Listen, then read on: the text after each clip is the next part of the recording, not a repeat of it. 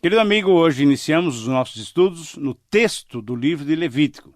Você deve se lembrar que no programa passado fizemos uma introdução ao livro, mostrando diversos aspectos que devemos considerar ao estudarmos esse material tão rico quanto o que temos em nossa frente.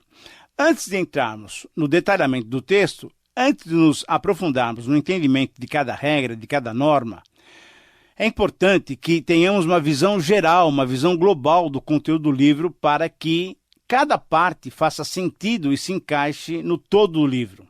Então, em primeiro lugar, em relação à ideia do livro, você deve se lembrar também que mencionamos que a grande ênfase, o pensamento dominante de Levítico é a santidade, pois foi o próprio Deus, conforme estudaremos em 11:44, que disse: Eu sou o Senhor vosso Deus, portanto, vós vos consagrareis e sereis santos, porque eu sou santo.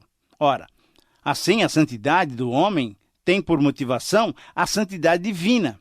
Porque Deus é santo, nós também devemos ser santos, se é que queremos ter comunhão com Ele. Agora, eu sei que você deve estar se lembrando também de uma palavra dessas lá no Novo Testamento. Você se lembra? É isso mesmo. Quem fez essa afirmação foi o apóstolo Pedro, citando exatamente essa passagem de 11:44 de Levítico. Pedro disse lá em 1 Pedro 1:15 e 16 o seguinte: Segundo é santo aquele que vos chamou, tornai-vos santos também vós, em todo o vosso procedimento, porque está escrito: Sede santos, porque eu sou santo. Pedro, então, demonstrou para nós, crentes do Novo Testamento, que esta busca pela santidade não é uma ordem somente para o Antigo Testamento, é uma ordem para nós, cristãos, hoje, crentes do Novo Testamento. E essa ordem está baseada naquela ordem que Deus deu já no Antigo Testamento. Veja bem, logo no versículo 1, lemos que Deus chamou a Moisés e da tenda da congregação lhe disse. Ora, esse verso significa que Deus tinha descido para habitar no tabernáculo, para habitar em comunhão com seu povo que ele mesmo tinha remido, tinha tirado lá do Egito. E assim o Senhor orientou a Moisés a que, através dessas ordenanças e dessas orientações, um novo relacionamento de comunhão fosse estabelecido. Por isso, de um modo bem simples, podemos dizer, e até dividir, Levítico em duas grandes porções. No capítulo 1, até o capítulo 17, encontraremos a base, o fundamento da comunhão. E nos capítulos 18 a 27, as obrigações ou as condições para que se mantenha essa comunhão com Deus. Por quê? Porque Deus é santo. Portanto, mais uma vez fica comprovada a importância de estudarmos esse livro com profundidade. Por quê? Porque os princípios que nele veremos são princípios eternos, como o nosso Deus é eterno e o seu caráter é imutável. Mas um outro aspecto importante que temos que observar nessa abordagem inicial e global do livro é que a santidade espiritual é simbolizada pela perfeição física. Entenda bem isso daqui. Lembre-se que nós estamos no início do relacionamento Deus-povo separado. E como o povo ainda não compreenderia a exigência de padrões morais internos, Deus exigiu comportamentos exteriores corretos e puros como uma maneira de ir colocando na mente do povo a necessidade da santidade interior. É por isso que em Levítico se exigia animais perfeitos para os seus muitos sacrifícios. É por isso que se requeria que os sacerdotes fossem sem deficiência. É por isso que se exigia a purificação da mulher após ser dado à luz. É por isso que se requeria a purificação do homem que tivesse fluxo seminal. E assim poderíamos citar os vários exemplos que nós veremos em Levítico. Agora, você está conseguindo entender o sentido dessas ordens? Veja bem, essas e outras exigências eram necessárias, pois a falta delas poderia sinalizar sinais de mácula, de imperfeição, e significaria os defeitos espirituais do ser humano no seu relacionamento com Deus. Essas imperfeições físicas, com simbolismo espiritual, significavam a quebra da integridade espiritual do homem em relação a Deus. Ainda um outro aspecto importante com relação a essa visão global do livro é a situação histórica em que o livro foi composto. Nós falamos um pouquinho disso no programa passado. Isso aconteceu durante o ano que passou entre a chegada de Israel no Monte Sinai e a sua partida em direção a Canaã, a terra prometida. Certamente, enquanto o tabernáculo estava sendo construído e estava sendo erguido. É por isso então é possível perceber uma grande conexão, para não dizermos total conexão, entre Êxodo e Levítico. Por quê? Ora, porque se no livro do Êxodo Deus deu detalhes tão minuciosos para a construção do tabernáculo, o local adequado para o culto a ele mesmo, era de se imaginar, era de se supor que outros detalhes deveriam ser dados para a realização do culto. Do culto prestado a ele mesmo, a Deus. Por isso também é que o tema da exigência da santidade é claro, é muito claro por todo o livro, pois, como povo da aliança, firmado em Êxodo 19, coletivamente e individualmente, o seu comportamento deveria ser o quê? Deveria ser um comportamento santo, pois Deus é santo por natureza. Por isso também é que se completa em Levítico a lista de maldições e bênçãos que nós verificaremos no capítulo 26, que Deus já tinha dado lá em Êxodo capítulo 23 e 24.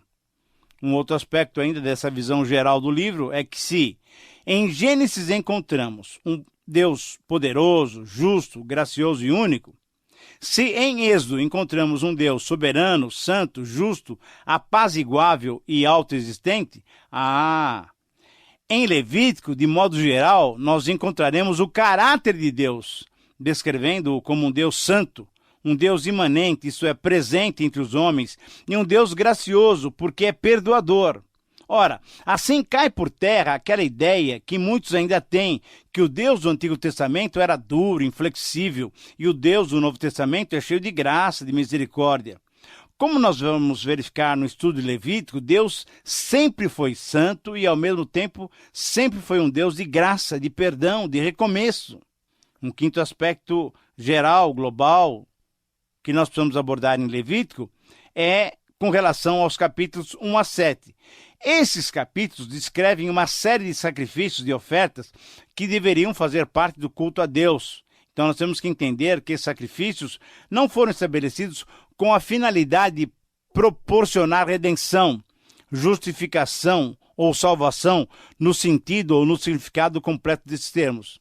Veja bem, não foi com esse propósito. Esses sacrifícios foram dados com o objetivo de ensinar lições espirituais para aqueles que já tinham sido trazidos e aceitos por Deus para desfrutarem da sua comunhão, como Israel for escolhido como povo sem ter mérito algum. Veja bem, Deus queria que o israelita consciente reconhecesse que esses sacrifícios e ofertas eram o que ele devia a Deus por essa escolha especial e que ele, por causa do seu pecado, nunca lhe tinha dado. Por isso, por não ter ofertado nada a Deus, esse israelita lhe devia o quê? Tudo, a própria vida. Então, pela fé, ao apresentar a Deus uma vida inocente, uma outra vida inocente, um animal, como seu substituto, ele seria então justificado diante do Pai, diante de Deus.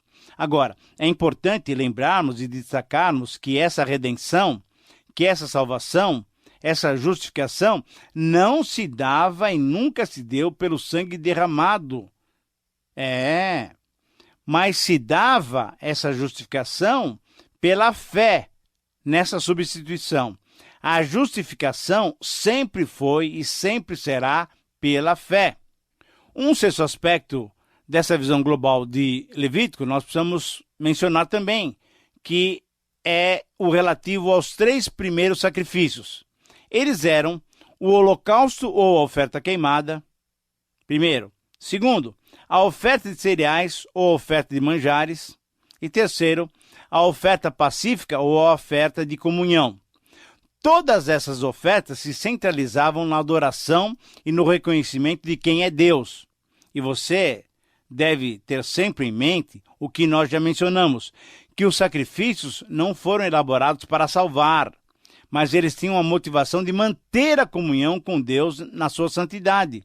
E como veremos posteriormente, a única oferta pela qual o ofertante poderia comer parte do sacrifício era exatamente a oferta pacífica ou a oferta de comunhão. Um outro aspecto ainda, o sétimo aspecto, é o relativo às duas últimas ofertas. Elas focalizavam o pecado, tanto em relação à culpa como em relação ao perdão. Elas eram compulsórias ou obrigatórias e eram chamadas de ofertas pelo pecado e pela culpa. Essas duas ofertas deveriam suprir o perdão por pecados não intencionais e ambas envolviam um sacrifício de sangue. Veja bem. Além disso, a oferta pela culpa requeria a restituição daquilo que foi feito de mal ao ofendido. Na verdade, ao estudarmos o livro de Levítico, vamos descobrir que todas essas ofertas tinham sido preparadas para relembrar aos adoradores que Deus é santo. E diante de um Deus santo, o pecado deveria ser tratado adequadamente. E ainda mais, para que houvesse o perdão, haveria necessidade de um sacrifício com o sangue de um animal, de um substituto. Um animal inocente morreria em lugar do pecador. Muito bem. Depois de todas essas considerações, nós temos que agora verificar, dessa maneira geral e global de Levítico, eu espero que você verifique a importância desse livro, que você tenha sido motivado realmente a estudar todo o texto do livro de Levítico. Então, nós vamos agora exatamente para o texto do capítulo 1.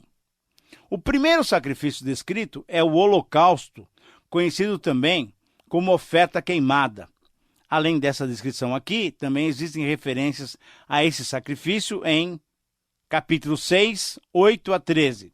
Vamos então fazer algumas observações sobre esse sacrifício para conhecê-lo em detalhe.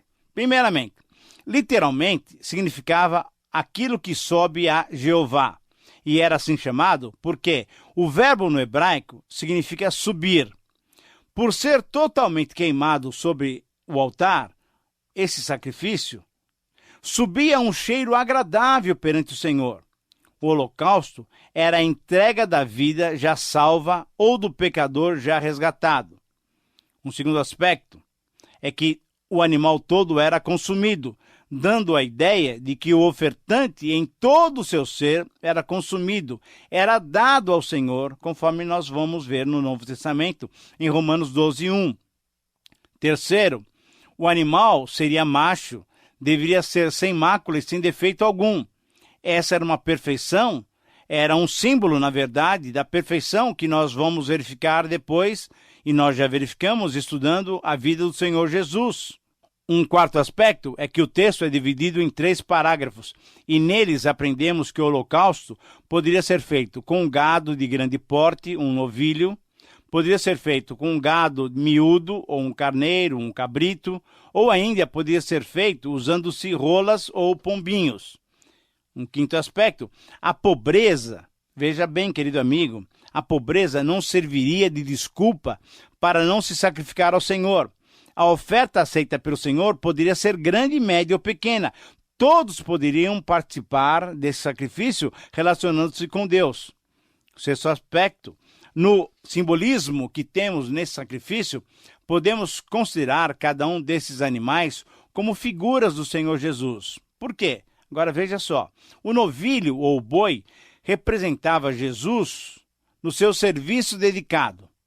O carneiro representava Cristo em sua submissão, sem queixas, à vontade do Pai.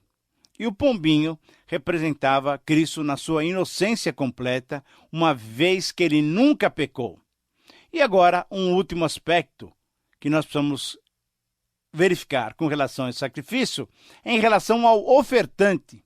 Muito bem, em relação ao ofertante é necessário destacar que era o próprio israelita e não o sacerdote que apresentava a vítima que seria sacrificada, demonstrando assim uma completa identificação com aquele que o substituiria. Querido amigo, essa atitude do ofertante israelita do Antigo Testamento serve como indicação de como devemos proceder ainda hoje. Assim como o ofertante israelita apresentava o animal que seria sacrificado, assim também nós temos que pessoalmente apresentar Jesus diante de Deus como o Cordeiro Santo que tira o nosso pecado. É o pecado individual de cada um de nós.